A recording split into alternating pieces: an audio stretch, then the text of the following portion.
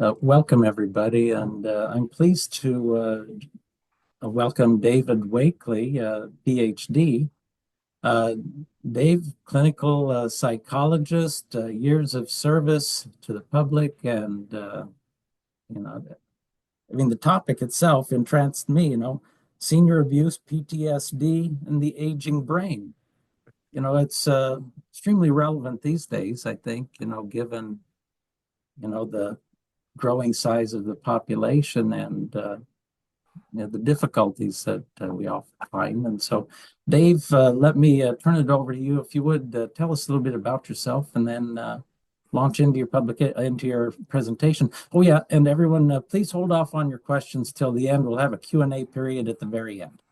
Thank you. Thank you, Mike. I think the first thing I need to do is to go into share mode here. That's right. And I believe I need to bring up this presentation. There we go. I think this is what I'm looking for. There we go. We can see you. Okay. So in this presentation, you'll notice that I'm using both the term senior and elderly. I even worked this into the title. As it happens, I'm also a golfer. And because of my age, I'm allowed to move up to the tee box where I hit the ball, making at a shorter distance to the green. It turns out when you get to that tee box, they don't call it the elder tees. They call it the senior tees. And in fact, when you get there, the tee markers are not, in fact, yellow. They are, in fact, golden. So I tend to prefer the terms like senior and golden. I think they're kinder and gentler terms than, say, elder and yellow. So I am, in fact, for most of my career, worked in departments of rehabilitation, departments of psychology where rehabilitation was the focus. Much, but not all of my work was with medical patients. But certainly I worked with any number of patients who have been through some degree of trauma. So I attended a little Catholic school outside Joliet, Illinois. It was Lewis College back at the time with a degree in psychology. This was 1970. A couple weeks after I finished college, I got my 1A card from my local draft board. So I ended up enlisting in the Army Medical Corps, where I worked as a psychology technician since I just had a bachelor's degree. And following a discharge from the Army, I was fortunate enough to get into Loyola University, into their clinical psychology program. During that time, I did training at the end and during the period of time I was at Loyola, including at one of the Chicago Veterans Hospitals. I did my internship at the Hines VA Hospital in Chicago. And I point this out because when I started my initial clinical training, one of the first experiences I had was assisting the psychologist who headed the mental health clinic in a therapy group of veterans. In that group, back in the middle 70s, were 3 or 4 World War I veterans, which in the perspective of 2025 is a little hard to believe. But I realized that I am at the age now that those veterans were when I was in that group back in the late 1970s. I worked in a different VA hospital in Chicago, went to Dallas, ended up at the Madison VA, which is how I'm here today. And at the end of my career, by the time I was in Madison, I was doing some work with Gulf War veterans. And following my retirement from the VA system, I worked at Mercy Health System in Janesville for about 10 years. And there I even ran into some veterans from Afghanistan. So in putting this particular slide together, it occurred to me that from the beginning to end, I had worked with something like 100 years of U.S. Combat veterans. It made me feel both very honored and at the same time made me feel pretty old. So when you do these kind of presentations, and I've done lots of these in professional settings, you always have to disclose if you have some kind of conflict of interest. I couldn't come up with one. I disclosed no conflict of interest until it occurred to me I might actually have a conflict of interest. I am, in fact, from Chicago. I am, in fact, a Chicago Bears fan. And in fact, this is a Green Bay Packer that is on the ground here. I can state pretty clearly that those of us in Chicago feel like we have been abused by the Packers for most of the last 30 years. So that's my disclosure. You also have to list your objectives when you do a presentation. My objectives today are to define elder abuse in its various forms, to understand the challenges regarding senior abuse. You notice how I've changed terms here. Know how to report and prevent and report elder abuse. Recognize the symptoms of abuse and PTSD. List the treatment options, and then understand how the brain changes with treatment. This is going to occupy like the first half, and this is basically going to occupy most of the second half of this. So when Mike asked me about doing a presentation, I said, well, present what you know. And certainly I have worked with people who've been through abuse. I also asked Mike, how can I find out how these presentations are structured? And he directed me over here. He said, you go to YouTube. We have the Triads of Dane County site where you can see previous presentations. And at that site, I found this one by Paul Greenwood, putting a spotlight on elder abuse. And I thought, well, okay, I'm going to be reinventing the wheel here. But as I watched this, I realized that Greenwood is an attorney who was based, as I recall, in like San Diego or something. And his presentation did a fine job talking about elder abuse, but from the perspective of his clients, of the people he worked with. So some of this presentation is going to be a review for many of you. This was in 2021. So if you've been tuning in here for a while, you might even remember this presentation. But the definition of abuse: any intentional act or failure to act that causes harm, distress, or risk of harm to an older person. So what does it include? Here's the common breakdown. Certainly physical abuse, any hitting, slapping, restraining of someone.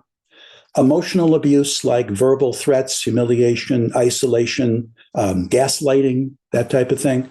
And financial abuse. The last couple of months, I believe this monthly presentation has dealt with financial abuse. I tuned into one of them. It was just an excellent presentation about fraud, manipulation, theft, how to avoid being a victim of those things. Neglect is certainly a type of abuse, denying someone food, water, shelter, or medical care, and sexual abuse. These are the common breakdowns of categories of abuse. Where I'm going to differ from Greenwood is get a little bit into the statistics. So how often does this happen? How frequently does abuse happen to seniors? About 1 in 6 people over the age of 60 experience abuse in community settings. The rates are high, as you might imagine, in places like nursing homes and long-term care facilities. They increase during COVID. Women are more likely to be abused than men. And a number you're going to hear several times from me, about 1 in 10 adults over 65 suffer at least one type of abuse each year. This turns out to be a large number. All of this data is from either the National Institutes of Health, the National Center for Elder Abuse, or the Department of Justice. Although these days, you almost have to wonder how long some of these departments are going to be around with the way things are going. That's a different presentation. More numbers. The 1-year prevalence, this is among all seniors, about 4.6% for emotional abuse, 1.6% for physical, less than 1% for sexual abuse, 5.1% for potential neglect, 5.2% for current financial abuse, which typically is at the hands of a family member. Here's that number again. 1 in 10 respondents, seniors, reported an emotional, physical, or sexual mistreatment or potential neglect in the past year, dealing with a large problem. So who abuses? Just about anyone who has contact with a senior is a potential abuser. And sadly, it can include family members, it can include strangers, it can include a healthcare provider, a caregiver, a friend, literally almost anyone, which is why this has become such a large issue. So we do know that a lot of abuse is not reported. And why do people fail to report? And it's at this point that you realize that literally all of the items here are psychological reasons why people don't report abuse. So as you might imagine, people who have been abused may be fearful to report abuse because there may be retaliation. I may be further abused if I report this, and I don't know if I'm able to defend myself. People emotionally can develop a sense of shame. How can I have allowed something like this to happen? How come I didn't see this? Why was I so weak or dependent that I allowed this to happen? And the very issue of dependency. I am dependent on this person. This may be the only person I have who's caring for me. If I report this person, what happens to my care? I am so dependent that I can't report because I'll be left with nothing. And then, unfortunately, there are seniors who do not know that they're being abused because of Alzheimer's or other dementia or other type of memory problem. And this makes it impossible for someone to be able to report abuse if you don't even know you're being abused. So what are some of the steps we can take to prevent abuse? I presented this exact presentation, well, not this exact presentation, this part of the presentation in a Triad newsletter a while ago. So I'm just going to repeat some of the things that I put down in that newsletter. So education and awareness. You educate caregivers and you educate families about what constitutes abuse. You list the warning signs, and you provide appropriate care. Training in communication, empathy, proper care techniques go a long way towards preventing abuse. So screening of caregivers. Is it adequate if you are screening a caregiver, say for your elderly parent or spouse or someone you're responsible for? Is it adequate just to say, well, have you ever been in trouble with the law? Or have you ever been arrested? Certainly that's not an adequate screening. I can give you a personal example. My younger son was diagnosed with autism when he was 2 years old. He is now an adult. And when he became an adult, his mother and I became his caregivers. And we went through a screening for caregivers that involved filling out paperwork, undergoing an interview, and I was told we even underwent a background check. So that simple questioning of a potential caregiver as to have you ever been in trouble with the law is certainly not an adequate type of screening. Whether it's a family member or a paid professional, screen for a history of abusive behavior, criminal background, any other warning signs. Open communication, what does that mean? Regular communication between the individual, the family members, and caregivers is essential. Encourage the senior to express concerns about their care and make sure they feel comfortable speaking up, and that can prevent abuse from going unnoticed.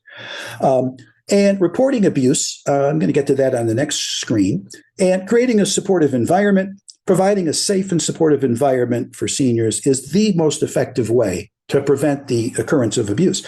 Regular visits from family, friends, social workers can help ensure senior needs are met and that they're not isolated. So regarding reporting abuse, it turns out that right here in Dane County, there is an elder abuse neglect unit that has a phone number that is staffed during the day, during day business hours during the day. If you're outside of Dane County, there's an 800 number to report incidents of abuse. But abuse can happen at any time. After hours, Dane County has a crisis line that is continuously staffed at this number. In Greenwood's presentation, he noted this number, the Wisconsin Elder Abuse Hotline, although I tend to prefer local resources, although it's good to know there's also a state resource. Greenwood's presentation, however, also included this website, reportelderabusewI.org. This is a very good site that lists a lot of the things I just gave you and also lists a lot of good resources. And then it's also important to remember, notify the law if someone has been abused. It's been an act since Wisconsin Act 76 in 2001. I think before then, you could certainly be accused of fraud or neglect or abuse, but elder abuse itself became a law in over 20 years ago. So what happens if, unfortunately, abuse has occurred? What you're left with is a victim. And very often that victim is suffering from post-traumatic stress disorder. So what are we talking about? It's a mental health condition that can develop after an individual experiences or witnesses a traumatic event. Senior abuse can lead to development of PTSD. Sometimes in seniors, the symptoms are not always apparent because they may be mixed with other problems I'll talk about, but they're still very real and can significantly affect well-being. So these days, almost everyone is familiar with the term post-traumatic stress disorder, PTSD. What exactly are we talking about?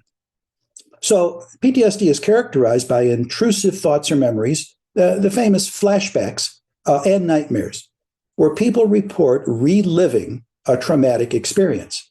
So it can certainly be a combat experience, like many of the veterans I worked with, but it can also be the unrelenting memory of having been physically abused or abused in some other way by someone. Hypervigilance is a hallmark of PTSD. People are always on guard, edgy, jumpy, anxious, keeping a watchful eye out so that this doesn't happen to them again. One way to avoid being abused is to avoid people, places, and situations that may remind you of the trauma. So my combat veterans typically do not watch war movies. Many people are sensitive to seeing depictions of abuse if they have been abused. If I can avoid this, then I may not go through some of the things like flashbacks and nightmares. Emotional numbness is almost universal in PTSD. If I don't feel anything, I can't feel pain. So a sense of emotional detachment or loss of interest, just a general emotional flattening takes place that protects people from having, again, to go through reliving the trauma again. And then finally, these are universal symptoms across many different mental health diagnoses. People report depression, they report anxiety, again, characterized by sadness, hopelessness, worry. So that may be the formal diagnostic criteria. But let me talk just briefly about general mental health issues that can affect anyone, certainly including seniors. Why do people go to counseling and seek professional help? Certainly, abuse of all kinds is a reason why people would come to see a counselor: physical, mental, emotional. And people also, again, not just physical abuse, but financial, sexual, and some of the other issues that we've talked about are reasons why people seek counseling. You can also have an organic mental health condition.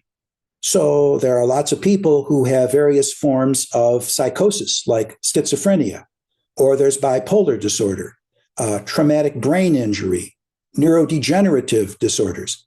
All of these would fall under the category of organic mental health disorders. People go to see counselors for coping problems. A lot of my work, I worked with people with chronic illness and chronic pain. I worked in chronic pain clinics. I led cancer survivor support groups. I work with diabetic patients. I work with patients who were candidates for organ transplant. But people have to cope with lots of things. People cope with poverty. They cope with unemployment. They cope with any form of loss of people or resources. Substance abuse is another reason why people seek treatment. Drugs, alcohol, anything you can become addicted to. People go to their counselors or their programs. And then relationship issues, divorce, isolation, loneliness. I brought this slide up here to ask you to consider, what about a senior who, for example, might have a substance abuse problem and at the same time also have an organic mental health disorder? This list would have to be additive in terms of the risk of a senior being abused. So if you already have a number of mental health conditions, I believe it opens you up much more to the possibility that you may be a victim of abuse at some time. So more statistics. What about the incidence of this among the elderly? So population statistics involving older adults show that the lifetime prevalence of full PTSD ranges from 2.5% to 4.5%. Additional 5.5% have partial or subsyndromal PTSD, PTSD light. It can occur in all people of any ethnicity, nationality, culture, at any age. PTSD affects approximately 3.5% of US adults every year. A little more adolescents, who tend to be a little more emotionally intense, higher incidence. And here's that number again. Estimate 1 in 11 people will be diagnosed with PTSD in their lifetime. So are seniors more subject to PTSD than anyone else? I don't think so. 2.5 to 4.5 versus 3.5 for the general population. Seniors are no more or less likely to suffer from PTSD than any other population. So on to abuse in the brain. What goes wrong, and how does this fit into our general picture of how the brain works? So you can go on the internet and you can download all kinds of educational stuff. I found this one to describe the brain in a particular way in terms of evolution or development of the brain. So in evolutionary terms, we first developed a reptilian brain.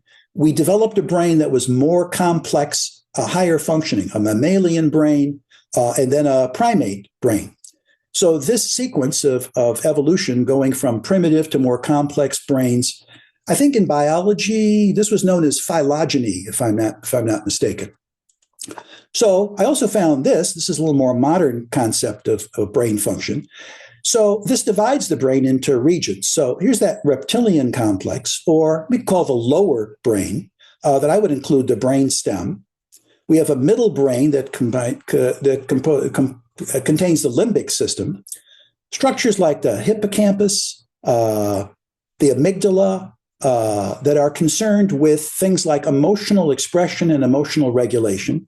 And then on top of that, we evolved the cortex, the various folds and the millions and millions of cells.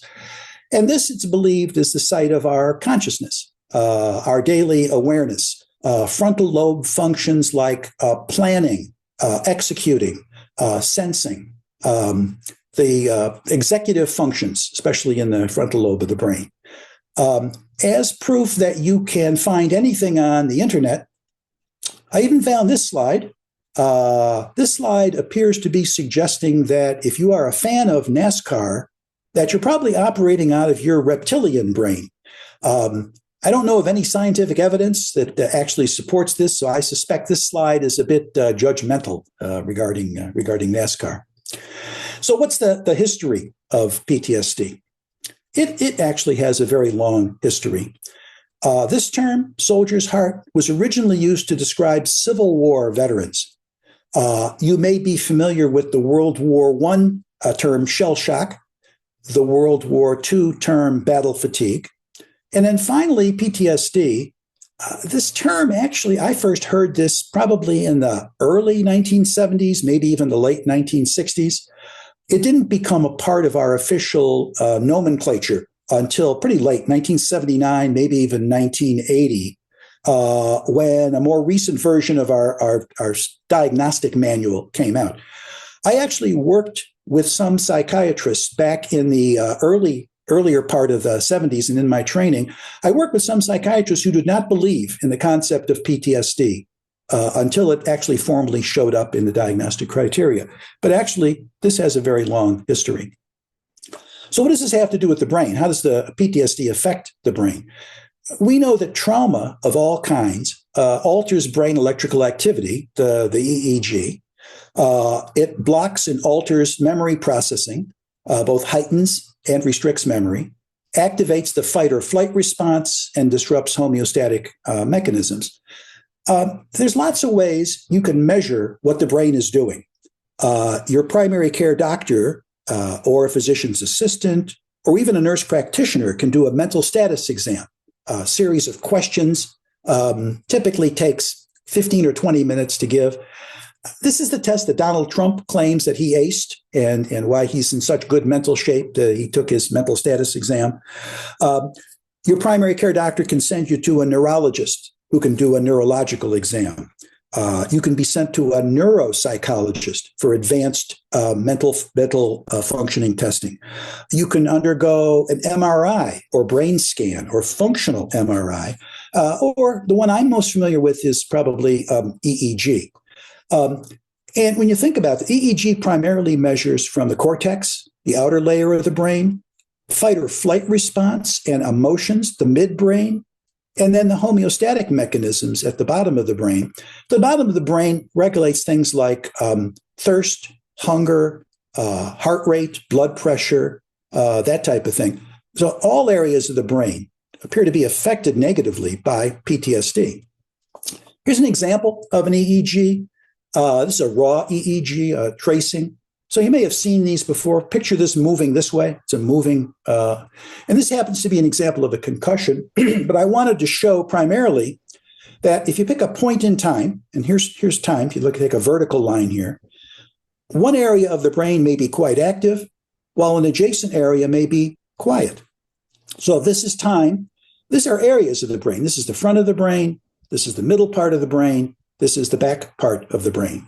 And there's lots of stuff going on. One way to measure these EEGs is with something like a electroencephalogram. And this is called a full cap electroencephalogram.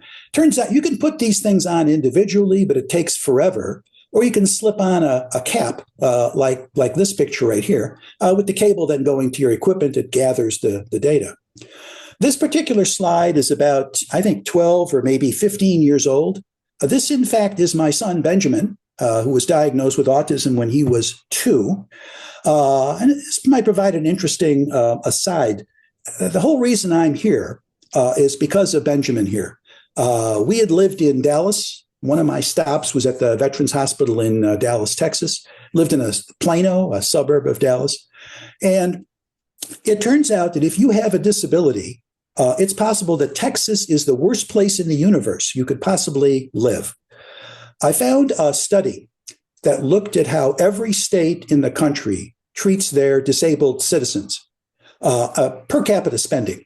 So this included everything from cut curbs to preschool education, to assistance within school, pull-out programs for disabled children, classroom inclusion, job training, job placement, housing assistance. So on a per capita basis, because that study included the District of Columbia, Texas managed to finish 51st in the country in assistance for disabled citizens, including my son, Ben.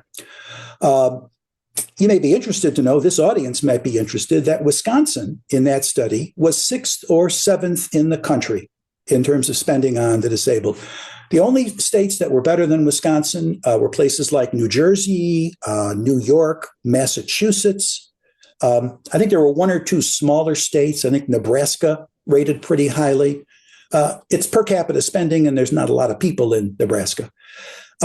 We thought about moving back to Chicago area, original home. Illinois is 46th, or was 46th on that list.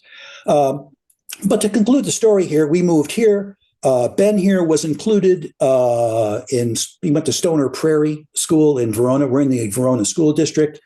He went to Verona High School, was immediately placed in class, graduated with his class, went part-time to what was then Madison Area Technical College, Madison College, took a series of courses as a laboratory assistant.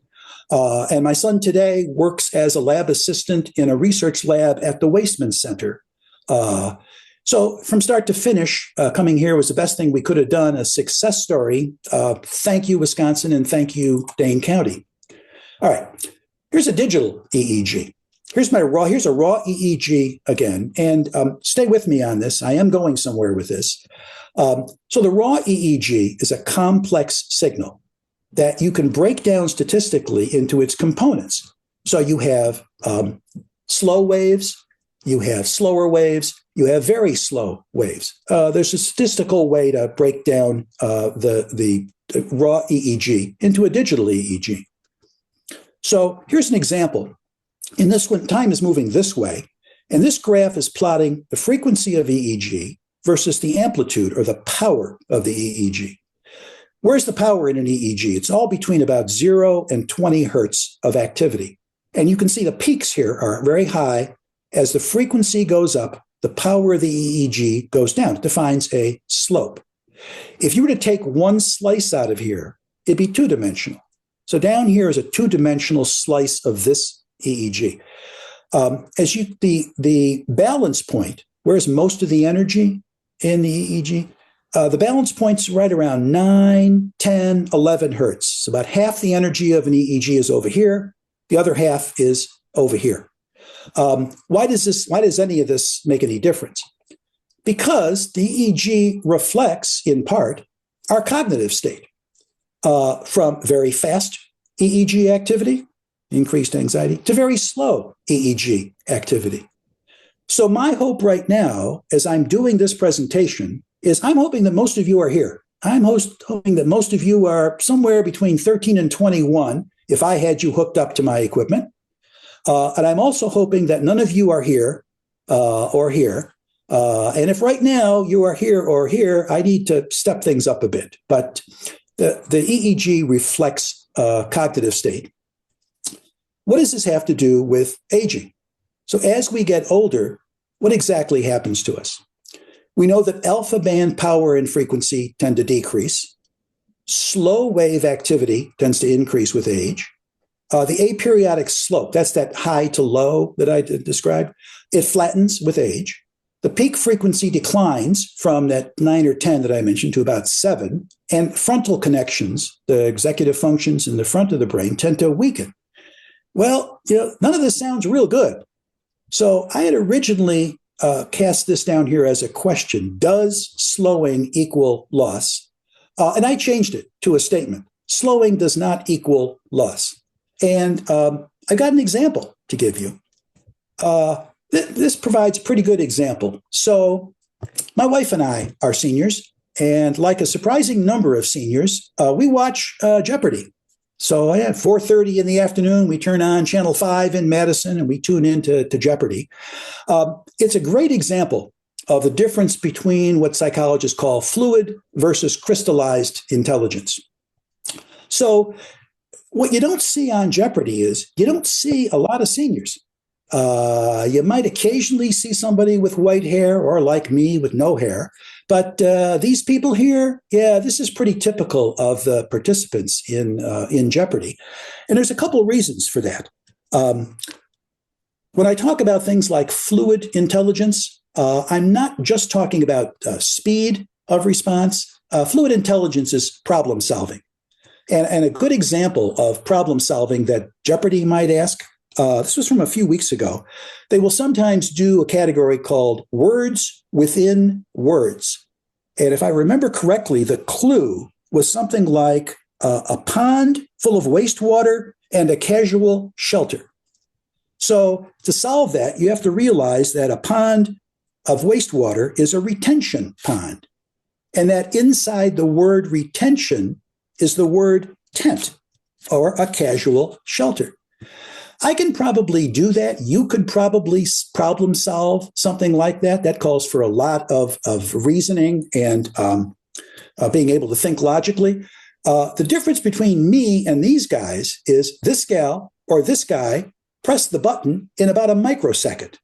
It's going to take me a lot longer to do a double word question or solve a double word problem. On the other hand, I can remember another example. I believe it involved music. I don't recall the exact question. It was a musical question.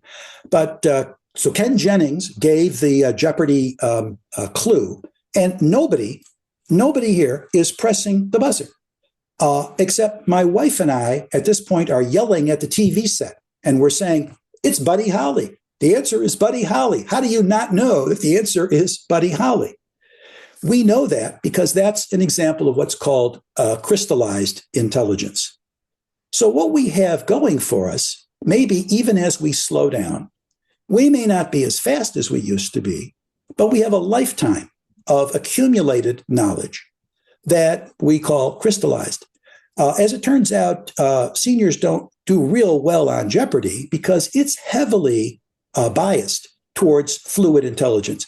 It's heavily biased towards speed. Who could press the button the fastest and answer the question? If Jeopardy only asked crystallized questions, we could wipe the floor with these youngsters practically any day of the week because of the amount of knowledge we have. So where does this slowing take place? It turns out, unfortunately, a lot of this happens in the frontal lobes of the brain. So what you have here, we're looking down at the top of a brain. Here's a nose, here's a left ear, here's a right ear. So we're obviously staring right down at the top of the brain. So in what's going on here in the frontal lobes? Well, look at things like attention, working memory, absent-mindedness, So as we slow down, one of the reasons our fluid intelligence is not as good is because there have been some changes here that are pretty inescapable if you happen to get older. It even includes emotions. So emotional expression, like anger, joy, and happiness, is a frontal lobe function. Think back to when you were young, when you were a teenager. How intense were your emotions when you were a teenager? How intense are those emotions now? Unfortunately, people who not only have become older, but who have been abused also suffer problems at the back of the brain. So here we've got things like cognitive processing, the ability to work through whatever it is you're being faced with. So if you are a senior who's also been abused, you not only have the typical frontal slowing, you also may have some slowing in the back of the brain. So let me remove the labels here and describe for you a simple technique that I use with a lot of my patients using my EEG equipment. So I would have a patient sit quietly with their eyes open, and I would hook up, this would be a ground and a reference electrodes, they would be on the ears, and I would hook up something in the back of the brain. This was a common sight. And for about a minute, and I would take an EEG recording. And I would then say to my patients, now, sitting quietly, close your eyes. Close your eyes for the next minute. And what happens when your eyes are open? When your eyes are open, what's your brain doing? This is the visual cortex of the brain. The occipital lobe is where information from the right hemisphere processed over here, information from the left hemisphere processed over here. So when your eyes are open, you are taking in movement, color, light, people, activities, all kinds of things. When you close your eyes, what happens to the cortex back here? Let me go back a little. Yeah, what happens is this. You go into alpha, relaxed or idling, because your brain doesn't have anything to do with your eyesight anymore. There's one exception to this. People who have been abused show alpha suppression. They don't develop any alpha here. In fact, beta activity tends to increase. Happens very specifically, very often among people who are abused. When I've been asked to diagnose PTSD, one of the tests I do would be this one to see if there's alpha suppression back at this part of the brain. Why does this occur? With your eyes closed, I suppose, things can sneak up on you. Things can find you. So that sense of hypervigilance, that need to stay in control at all times, when you close your eyes, something might be gaining on you. Something might be sneaking up on you. So I find this routinely with people with PTSD, seniors or not. So what about treatment? So all treatment of all kinds, whether it's psychological treatment or physical treatment, involves a number of things.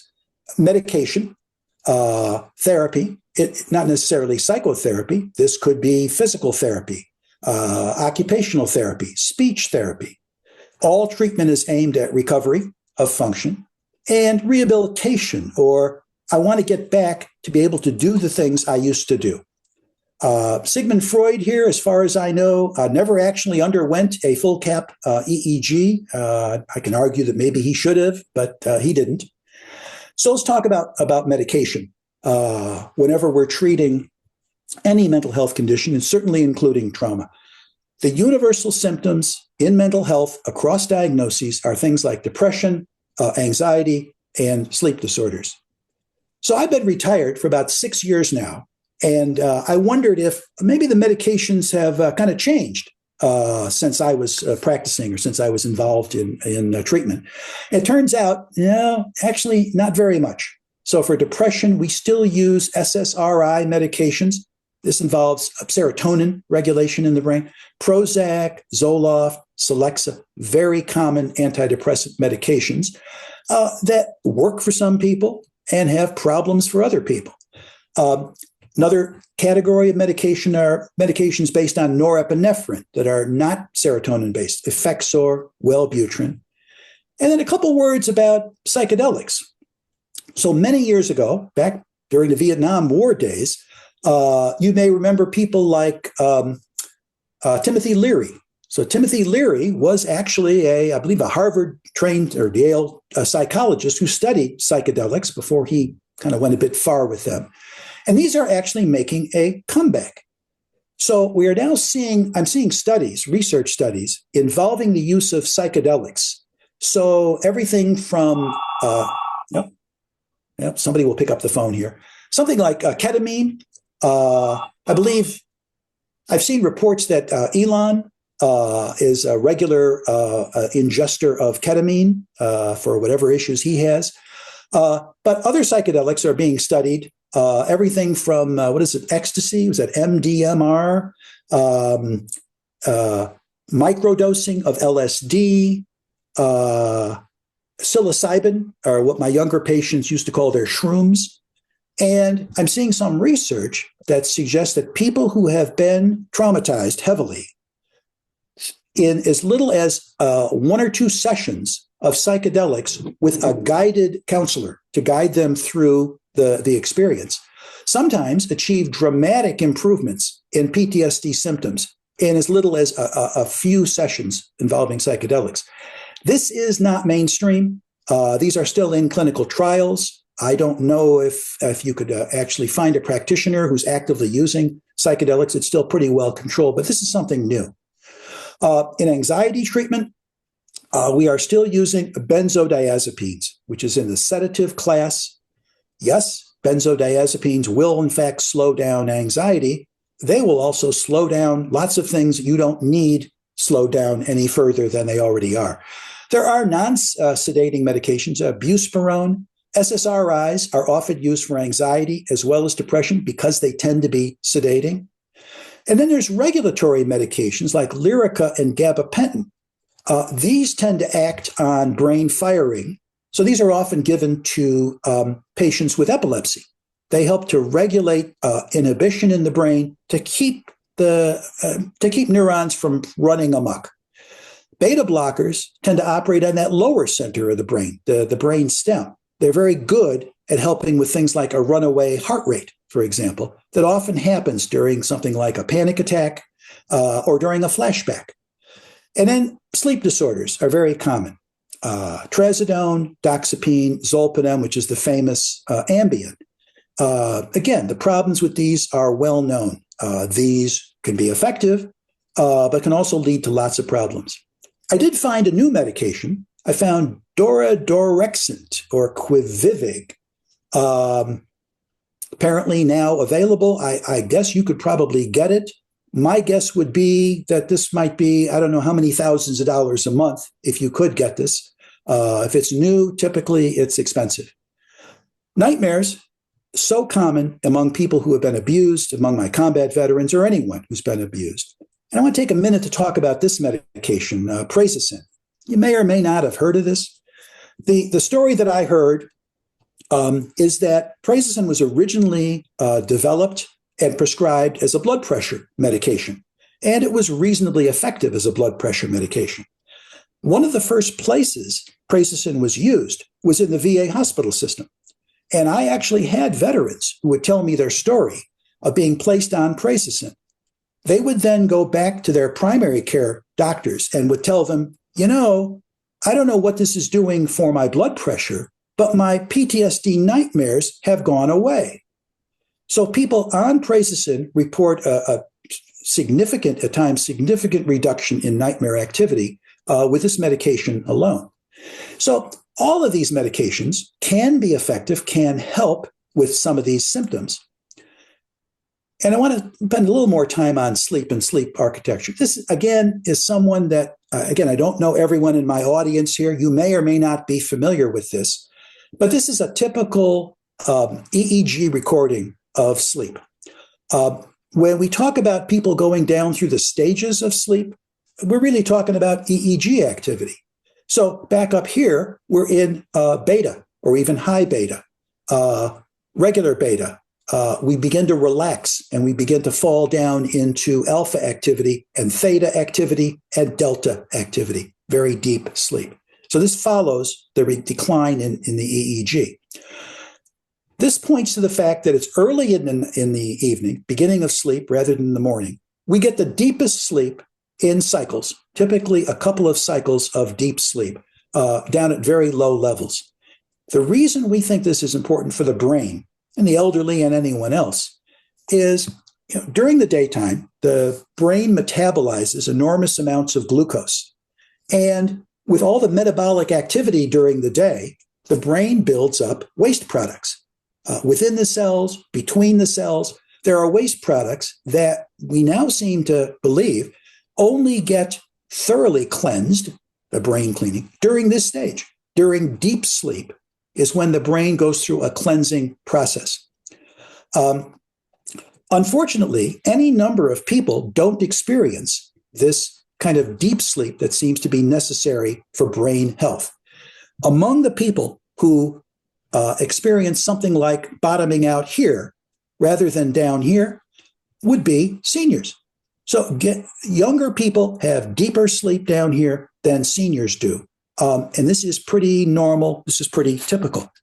Other people who have elevated deep sleep, sleep up here rather than down here, would include people with Alzheimer's or people with that beta amyloid plaque in their brains.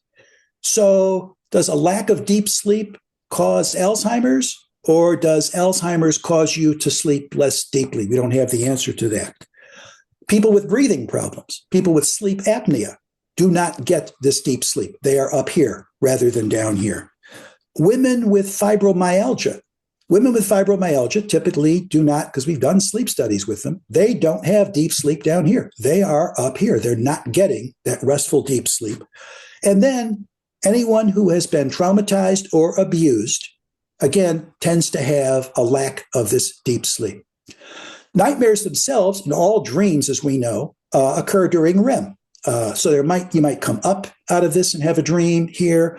There's longer periods of REM sleep, which is why we tend to remember our dreams in the morning more likely than remembering dreams early at night. And even nightmares tend to occur here, with one exception: PTSD dreams, trauma dreams.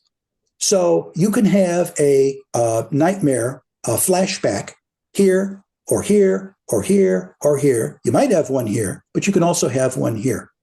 So nightmares among people who have been abused have been described as sleeping flashbacks rather than true nightmares. If you have nightmares that involve things like falling or being chased, those are just thematic nightmares, and those tend to occur here. PTSD dreams are different. Problem with medications is side effects. So many of these medications are sedating that we get a lot of hypotension among people of all ages.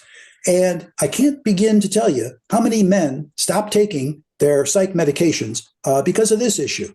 They will say, I can't function, so I kind of stop taking my medications. Since these medications are sedating, we get drowsiness, which is going to affect your ability to attend, your ability to learn. These medications alter EEG. You get homeostatic disruption. Lower brain as well as upper brain. So people are sleeping during the day and they're awake all night. And well known, you can develop a physical dependence on these. So if you take Ambien to sleep every night and you decide to stop taking Ambien, you're not going to sleep for a while. So you can build up the typical tolerance and go through withdrawal. Some people believe this about SSRIs. I'm not so sure there's evidence of that. But you can also develop, I think more seriously, you can develop an emotional dependence on your medications. So it's the difference between a symptom and a disorder. So when I treat a PTSD patient, for example, or someone who's been traumatized, I want them to be on some medications, but I don't want them to be on too many medications. So if you've ever tried to talk to or treat someone in the middle of a panic attack, it's almost impossible to help that person in any way except by literally working with them to calm down. If you are completely unmedicated and you're suffering through severe depression, anxiety, or sleeplessness, counseling does not work very well. At the same time, let's go back. Let's go back here. Let's say you take an antidepressant and it's working pretty well, and you're not getting a lot of side effects. And you're taking something for anxiety, and you're taking some prazosin, and your nightmares have gone away. So then the question is, go back here, do you still have PTSD? In some ways, I think of PTSD like you might think of AIDS or HIV. So what HIV does is it attacks the immune system in a way that prevents the immune system from getting rid of the HIV. PTSD kind of does the same thing. It encourages you not to talk about your PTSD. And if I've got medications that have reduced my symptoms of PTSD, do I still have it? People with AIDS take antiviral medications. And there are lots of people who are alive today because they take HIV antiviral medications. The basketball player, Magic Johnson, he's talked about how he contracted HIV many years ago. He takes an antiviral, and he even thinks he might be cured from his HIV. I don't know if he has stopped. What I do know is those patients, if they stop taking their antivirals, their HIV comes back again. So if you don't have a symptom, do you still have a disorder? You do, and it can come back. So I want my patients with PTSD to have some medications, but not so many that they won't stay in treatment because they're not having any symptoms. And symptoms are the reason people seek treatment. Nobody seeks a treatment because of a diagnosis. They seek treatment because of a symptom. These drugs have side effects for seniors. Seniors have a heightened sensitivity to medications, increased sedation, drowsiness, dizziness, cognitive impairment, confusion, and memory. So you're already slowed enough by frontal lobe and occipital lobe slowing. You add some sedating medications, and this is quite common. You're at a higher risk of falls because, again, a frontal lobe function, a cortical function of motor coordination, combine that with dizziness, and you're at a high risk of falls. So seniors have a slower metabolism. They may need lower doses. There's potential drug interactions. They need close monitoring. A primary care physician may or may not know about this and take these things into consideration. If your senior is seeing a geriatric specialist, they most certainly do know these things and will be able to prescribe, I hope, in a responsible way. So very often what happens is something like this. I medicate first and I ask questions later. It might be okay as long as you eventually get to the questions and you get to working with that person. So years ago, when I realized I was going to be doing a lot of work with medical patients, I thought I should probably have a medical textbook. So I went out and I bought this thing. I bought a copy of the Merck manual. It's advertised as the oldest continuously published medical textbook. It's about 2,000 pages. You can see it's indexed. And when I bought this thing, I bought it at a bookstore. It was packed in a cardboard box. And inside the cardboard box was this. This is a reproduction copy of the original 1899 Merck manual. And as you can see, we knew a lot less about medicine back in 1899. It's a bit smaller. But what I liked about this was, like the big manual, it included diagnoses and it included treatments. And I thought, if nothing else, have we gotten any better with things like medication over the last 100 years? So I picked out depression. And I checked in this manual, how did we treat depression 100 years ago? And it turns out we treated it like this. I'll let you look at this.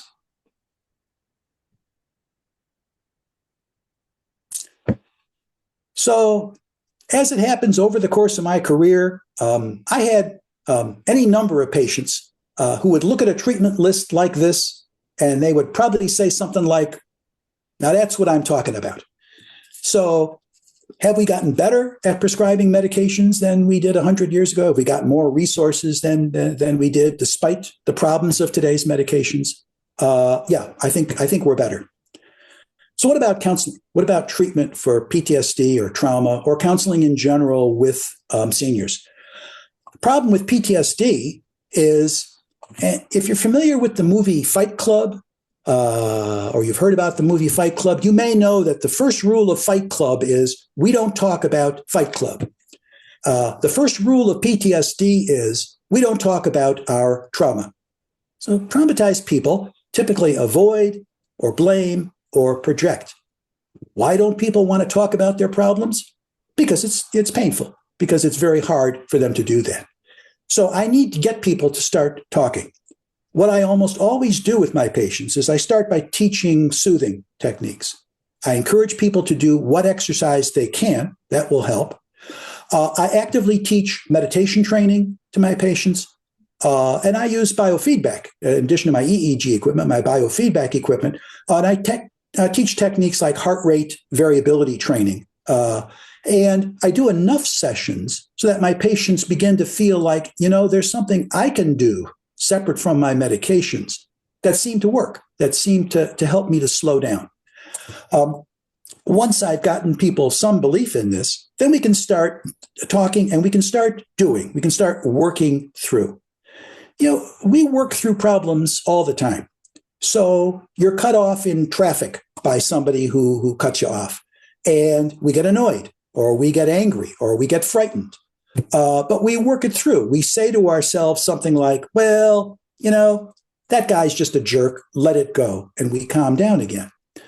This might be easy to do with some things, not if you have been through major trauma and you have PTSD. So we need to work through in a much more thorough way. The counseling I do in recent years fell in line with what's called acceptance and commitment therapy. Just very briefly, this involves working with people regarding their emotions, their behavior, and how those line up with their values. If I can bring people's thoughts, behavior, emotions back in line with their values, they typically report feeling better.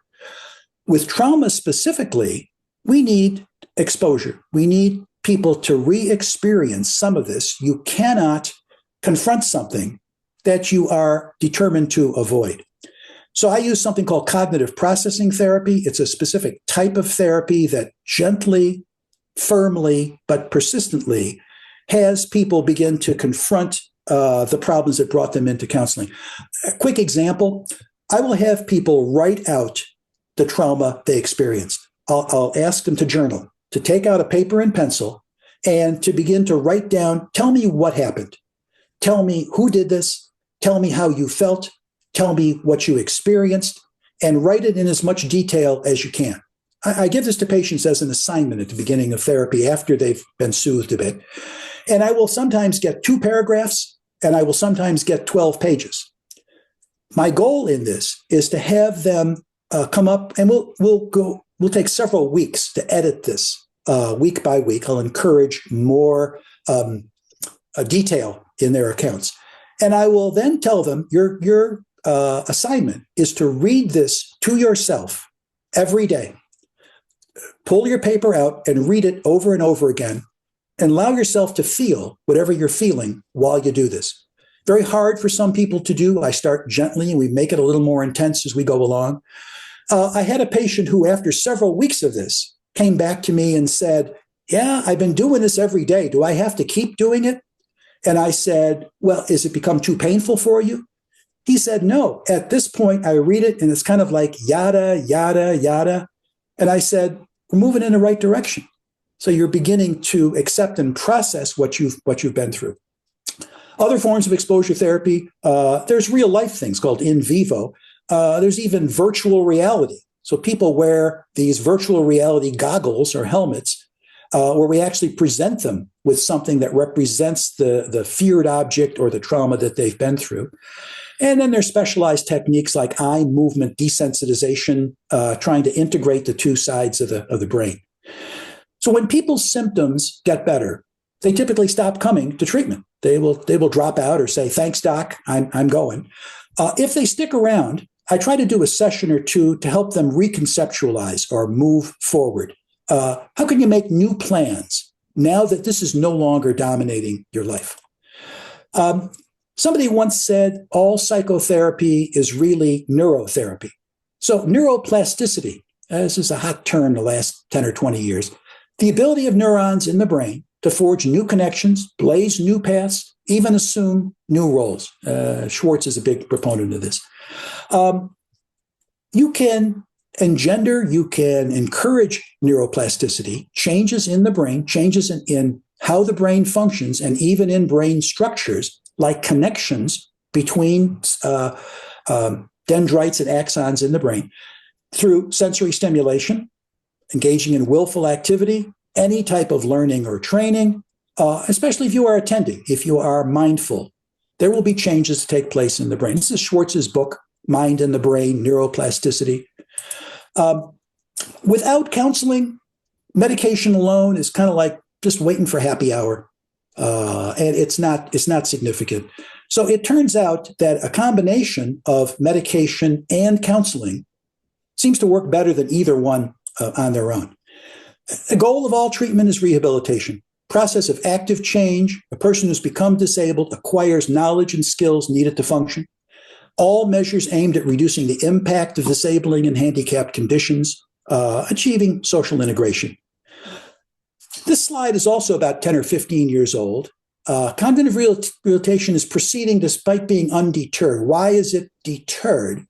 Because we went through a period of time when people said, I don't know, there's a lot of evidence for this. How do we know this really works, these rehabilitation methods? So we encourage things like have the elderly do crossword puzzles, have them watch Jeopardy, have them problem solve, put them in stimulating environments.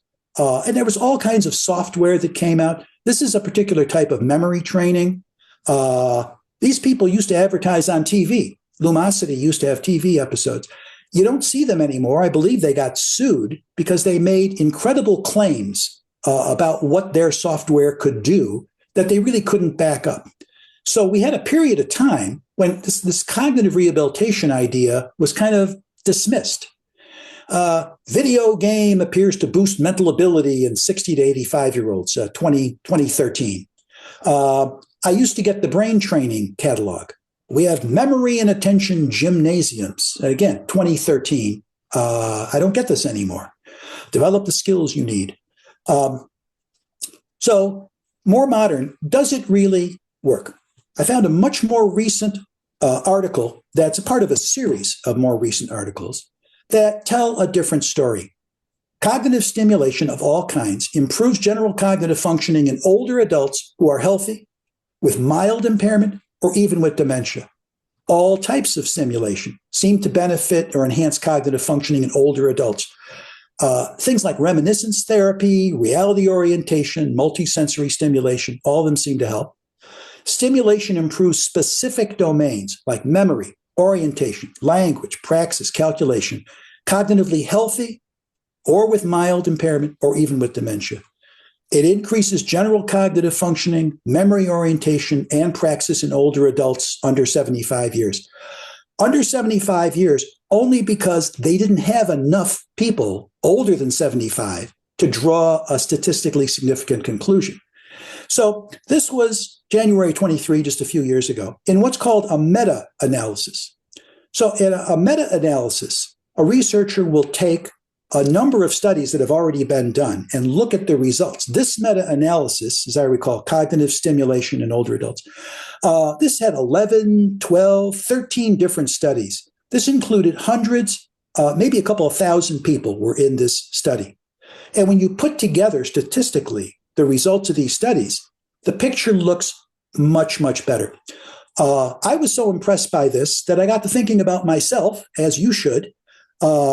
So when I retired 6 years ago, I started by working on my golf game with decidedly mixed results, I might add. But I also decided I should be doing something for my higher cortical functions. I should be doing something for my cortex. So for several months now, I've been trying to teach myself to speak Spanish. I want to get to a point where I can read Spanish, understand Spanish, and maybe even speak it.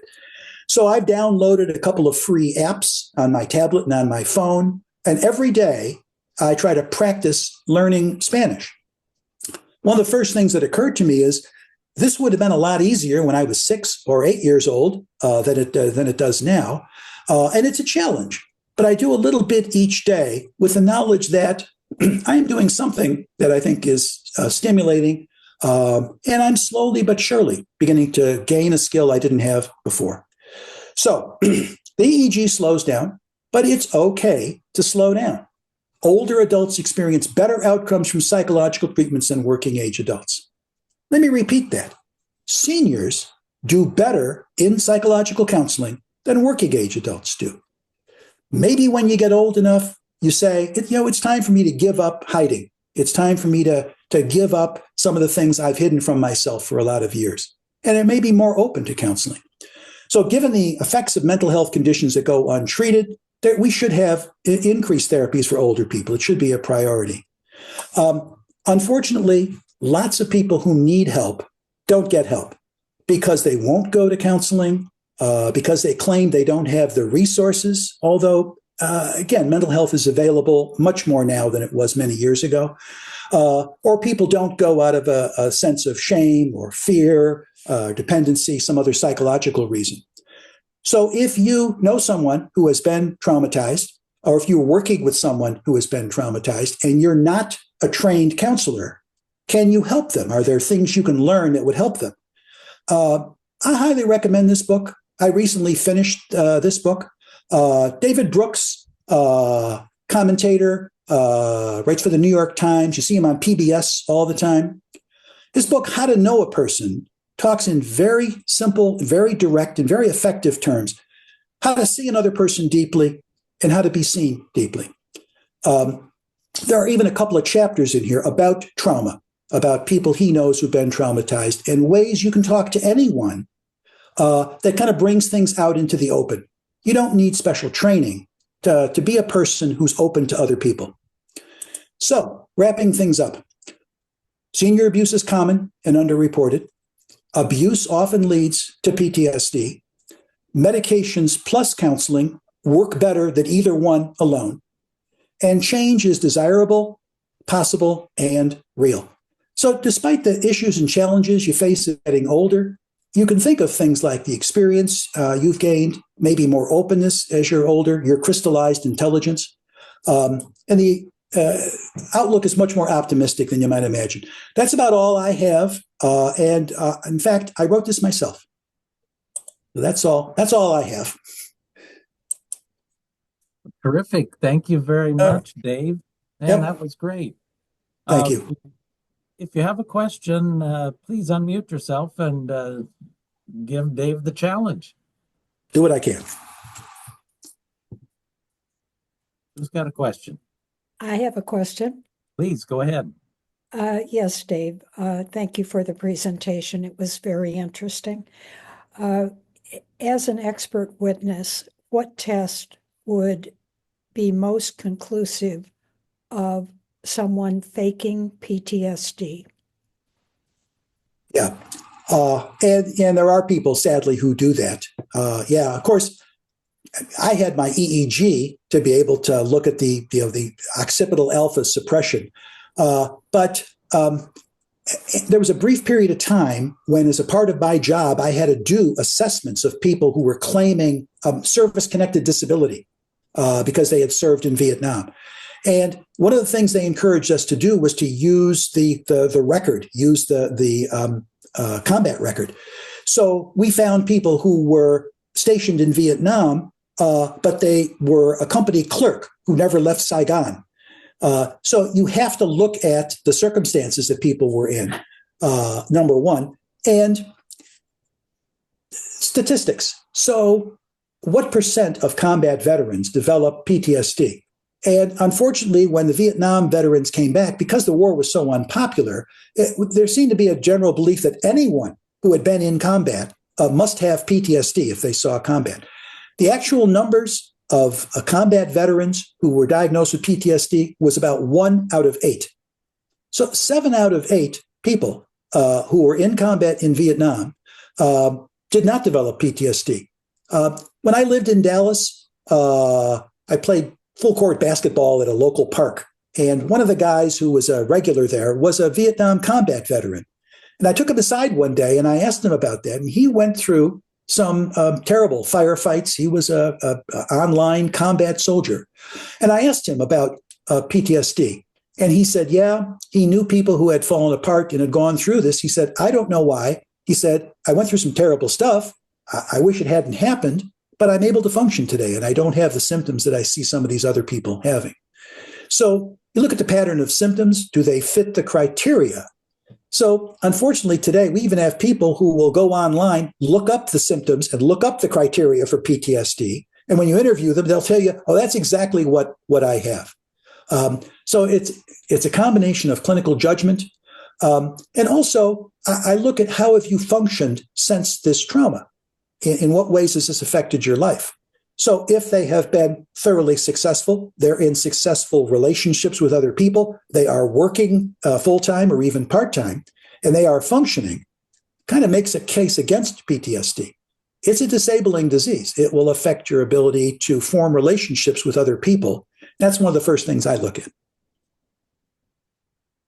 Thank you. Who else has a question? Please unmute yourself and ask.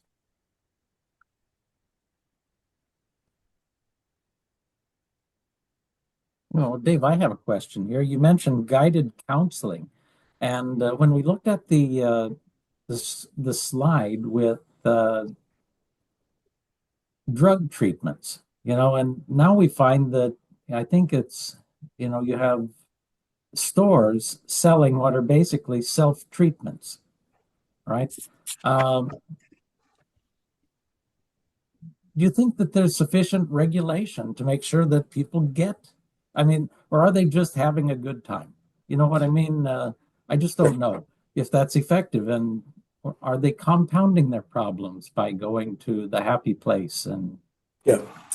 Well, and certainly the incidence of things like drug abuse, substance abuse among people who've been abused is testimony to the fact that it's not a good idea to self-medicate without any other form of treatment.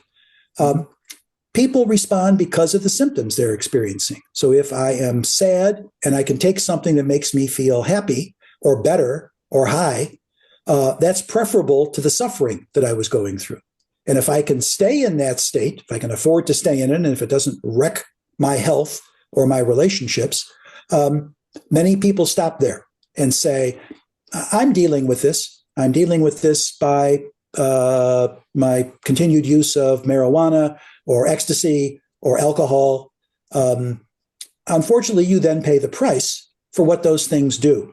So that combination of prescribed medication and counseling works better than either one alone. So when I term guided, I use that in terms of the psychedelics.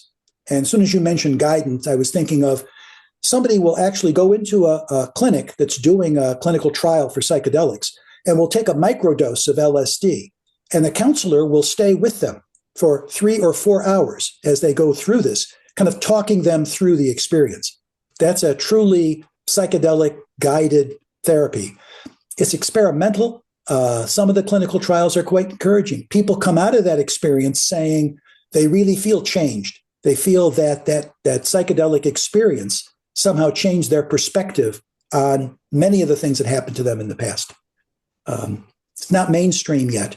But again, medications alone, especially substance abuse, certainly no answer to trauma.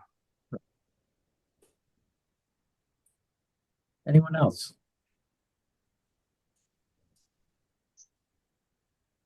Well, just one more for me then, Dave. If you're wearing a Fitbit, you can monitor quite a few of your health statistics, right? Do you think Yes. any of these, like I like to monitor my sleep, and my heart responsiveness, Yes. Do you think that this kind of feedback is useful for people who maybe I guess needing to improve? I definitely focus on getting more sleep now that I know how much I'm getting and what the Sure. quality. Yeah. Information is a type of feedback. You can even turn your cell phone into a biofeedback device. So one of the techniques I mentioned, heart rate variability. So it turns out that it's healthy to have a heart rate that varies with your breathing. the short rule here is if you breathe at about 6 breaths per minute, you slowly inhale and slowly exhale. Count to 6, inhale, 6, exhale. You'll find that your heart rate goes into a regular pattern or a regular rhythm of increasing and decreasing. That heart rate variability tends to act on the autonomic nervous system. It tends to calm the nervous system. So cell phones, all cell phones today have a camera on the back. And there are apps that will have you put your thumb over the camera. And as that camera is shining, it'll pick up, you'll see red on the screen because you're shooting the blood vessels in your thumb. And as you start to breathe, it will pick up the pulse rate in your thumb and it will show you your heart rate variability. So you can go online, you can look under the Play Store and you can look for HRV, heart rate variability.